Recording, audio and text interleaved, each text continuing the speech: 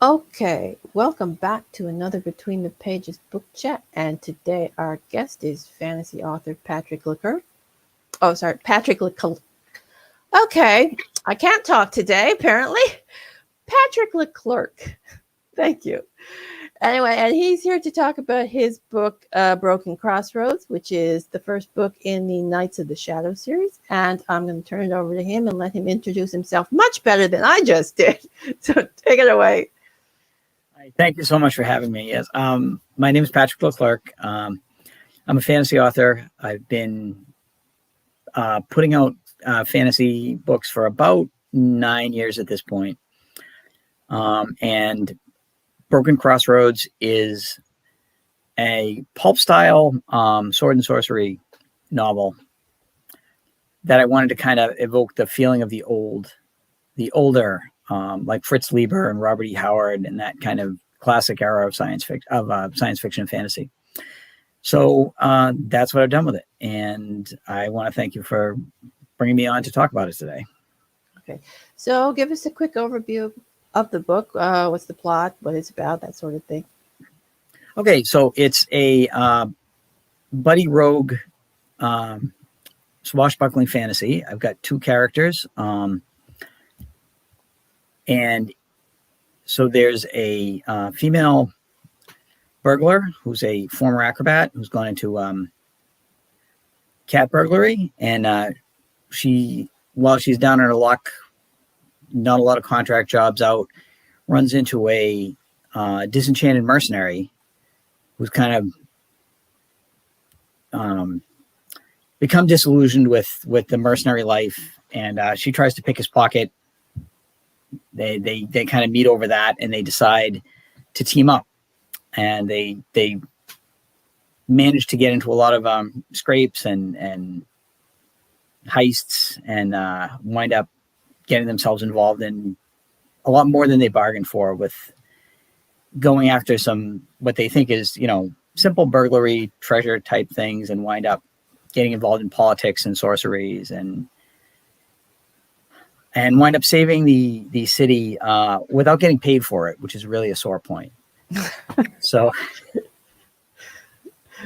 oh well, that's a good point though. In a heist mercenary story, they always want to get paid. So yeah, I like that. So, what were your reasons for writing the book?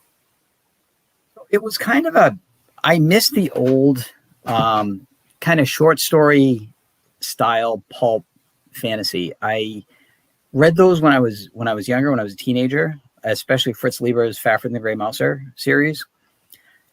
And then at the time when I was looking for a lot of fantasy to read, that was the era of the big, massive series. It was Wheel of Time was coming out, the Belgariad, the Sword of Shannara, and all that kind of stuff. And there's nothing wrong with that, but everything kind of fell into this massive multi-volume epic. And I miss the short, quick little, fun, visceral, more lighthearted fantasy. So I wanted to kind of pay homage to that and do my own version of it. And I also wanted to highlight a team. My day job is I work as a paramedic. And so I took a lot of the interpersonal stuff from that, where you work with one partner a lot, you depend on each other, you get to know each other. And there's a lot of banter back and forth, but when things are important, you have each other's back. So I wanted to get that kind of a feel into an old style fantasy swashbuckling, sword fights on rooftops and hidden jewels and monstrous guardians and dark sorceries and that kind of thing. Yeah, well, a lot of people including myself, love those swashbuckling heist type stories. So, tell us a little bit about the main characters. What are they like? So Trelician is she was born into slavery, and she escaped from that and wound up joining a wandering band of acrobats, where she learned how to do flips and sleight of hand and knife throwing and that kind of thing. And eventually she departed that and decided to freelance into just, burglary and contract burglary and pickpocketing and things like that, because her whole thing is she doesn't want to be controlled by anyone anymore. She spent too much of her life with no agency. So her whole thing is to make her way in the world by her own skills. And so that's not going great. And at that time, she's in a tavern, and she sees Khan, who's a mercenary, who's basically talking about leaving that life behind, striking out and trying to do something else, because he joined up to go, liberate his homeland and do great things. And he finds out that he's really not doing that. He's really risking his life to see that his employers and his captains get a paycheck, and that doesn't really work for him. So she starts to trying to rob him. He catches her. They talk for a little bit because he doesn't want to call the watch, because he doesn't want to call attention to himself either. And they realize they have a lot in common. And so after they play off each other for a little while, they decide to go in on a heist. And that's how they get started. And then they have a couple more adventures from there. The city, I took it as a rundown, former great hub of commerce that's now in its seedier days. And so you've got the feeling of what used to be a big city in the empire that's now kind of a backwater. There's a lot of politics. There's a lot of class struggle kind of stuff in it. And in between, these characters are just trying to make their fortune without owing anything to anyone. And that's kind of how they go on. And the nice thing about it is, like I said, like the older pulps, it can be very episodic. There's potentially dozens of stories that I can write with these characters.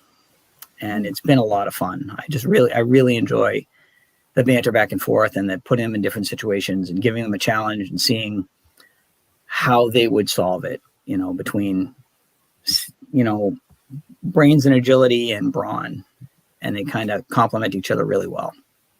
Cool. So can you tell us a little bit about a few of those challenges? I mean, is there an antagonist in the story, or are they just sort of in situational conflict?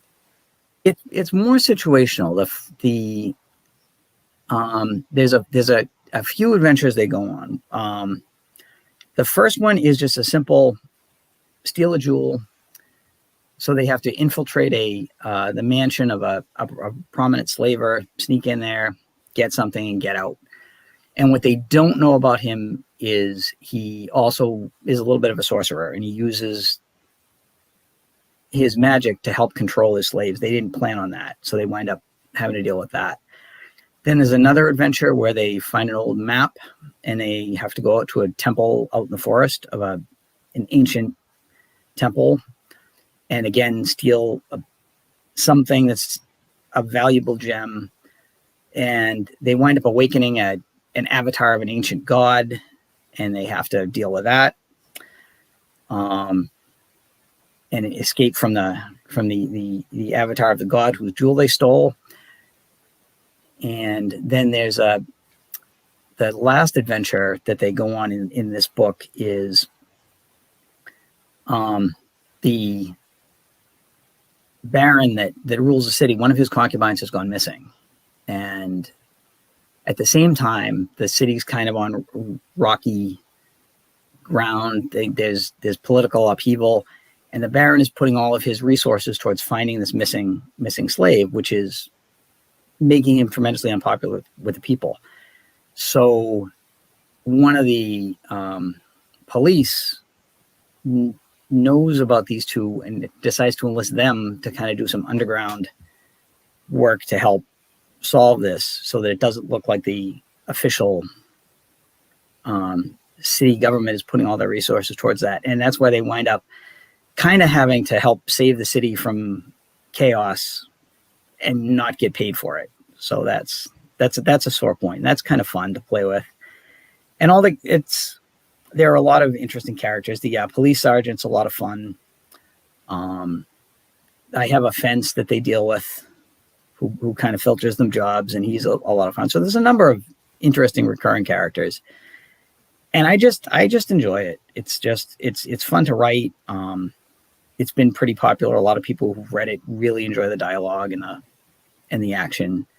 I've always said I wish that I could write a book that was nothing but witty dialogue and sword fights, and that's that would make our lives easier, wouldn't it?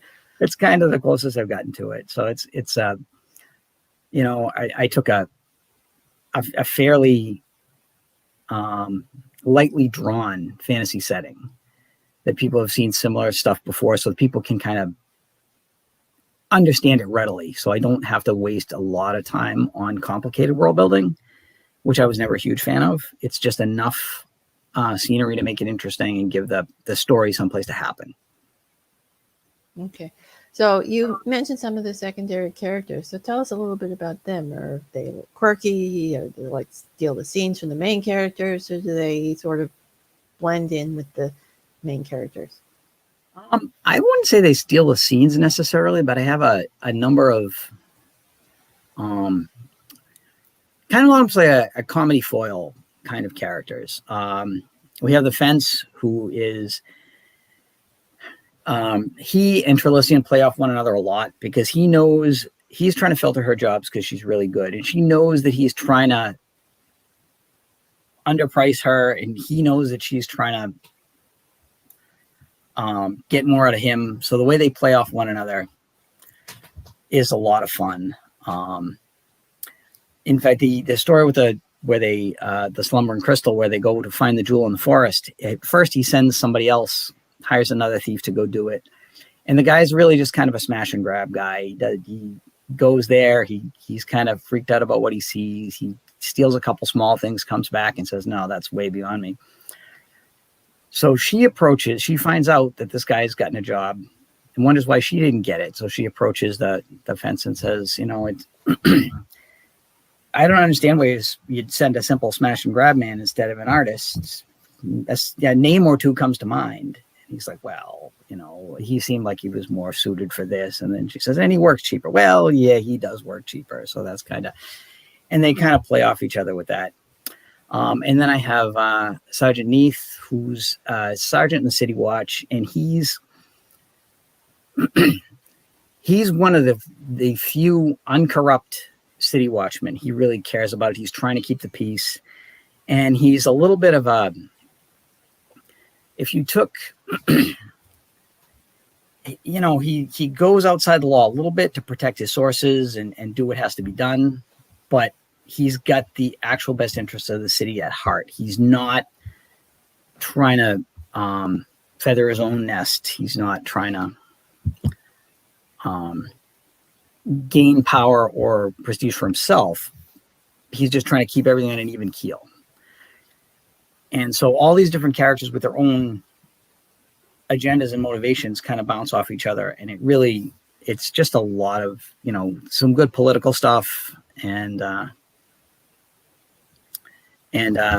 Khan, who after a little while as a mercenary, he starts opening a school of defense, and he's going to teach swordsmanship. And he has an apprentice who's really good at it. And half of what he's trying to do is keep his apprentice from running off and joining the army. He's like, it doesn't work out. Look how I wound up. You know, best case scenario, you wind up working in a school like this. I've already given you that. You know, so you've got an idealistic young kid who wants to run off and win glory. You have an older guy who's been there and says, you know, it's not what you think it is. The acrobatic thief who's just trying to live her life free of any obligation. And so you have all these different characters that kind of pool in together. And it's just, I think characters what create story, and the stories are really, at the end of the day, that's what people want. People want a good story. And that's what I hope I've given them. So what was the hardest scene or type of scene for you to write in the book? The hardest thing is honestly to keep track of the keep track of all the different things that are going on, make sure that they all make sense. They don't give away the plot, but at the end, when the revelation is there, people feel that that's inevitable, that, oh yeah, now I see that. So it's trying to juggle all the different threads and make them kind of work out. So that's kind of what I have the hardest time with is plotting and pacing, and making sure that I don't, if I've got multiple points of view, I divide them up evenly. And so it's really on the planning side is really difficult. The up close stuff, the action, the interpersonal stuff, the banter, that's just fun. That's just easy for me to write. So. Okay. So what was your favorite scene or type of scene that you wrote in the book? I just love when I have like any of my two characters just playing off of each other with dialogue. I'm a huge fan of just the back and forth. And I take this back to a lot of things like the Thin Man movies, that kind of just bantering back and forth. And I have a cat that's going to try to get in on the action here. Oh, don't worry. We've had cats make guest appearances before. Wouldn't be a live broadcast without a cat. Exactly. So, and I'm out in the kitchen now because that's where the sound is the best. So. Okay. So, what are your characters afraid of? They're afraid of having to live by somebody else's whims. Because they've both been there. They've both not been in control of their own destiny. And it's a lack of freedom that scares them both the most. And that's kind of what draws them to each other, is that they recognize that in each other.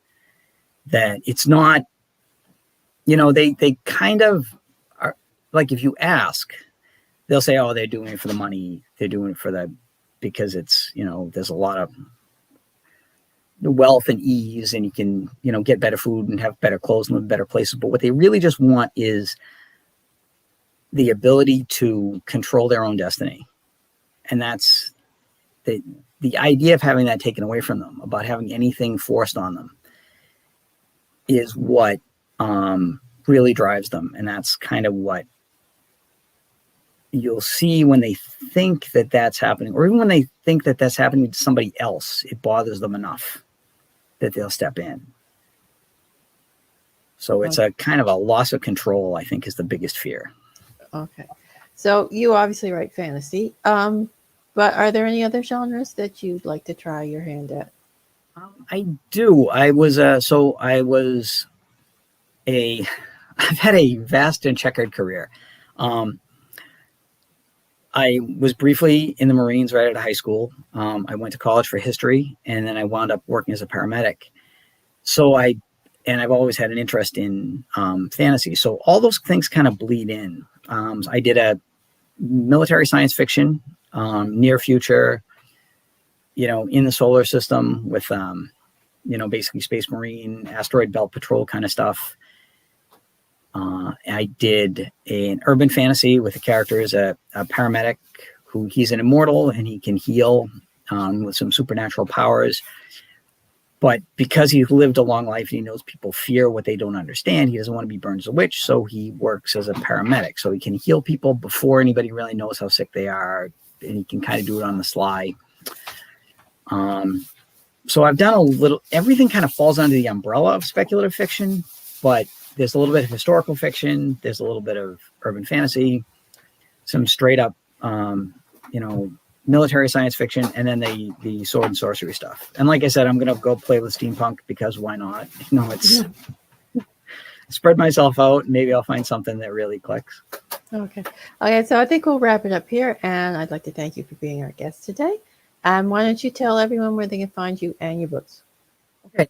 So my author website is inkandbourbon.com, and that you can find links to everything there. You can also find me on Facebook and Instagram under Patrick LeClerc. All of my books are available on Amazon, and they're also available through my own website. I also have audiobooks for Out of Nowhere, which is my first urban fantasy, Broken Crossroads, which we've talked about today, and Every Climb and Place, which is my science fiction. And those are all audiobooks. This is Broken Crossroads, which... Yeah, there we go. There we go. Yeah. Okay. We're used to America, so left is right and right is... Yeah. Oh, don't worry. Nobody gets it right, including me. So I don't think I've ever had an author get it centered the first time. So yeah, it's just the way that the video works these days. So again, thank you for being here. It was a pleasure chatting with you. Thank you so much for having me. I had a lot of fun. And please join us tomorrow on Between the Pages Book Chat when we interview another author. So that's all for now. Bye.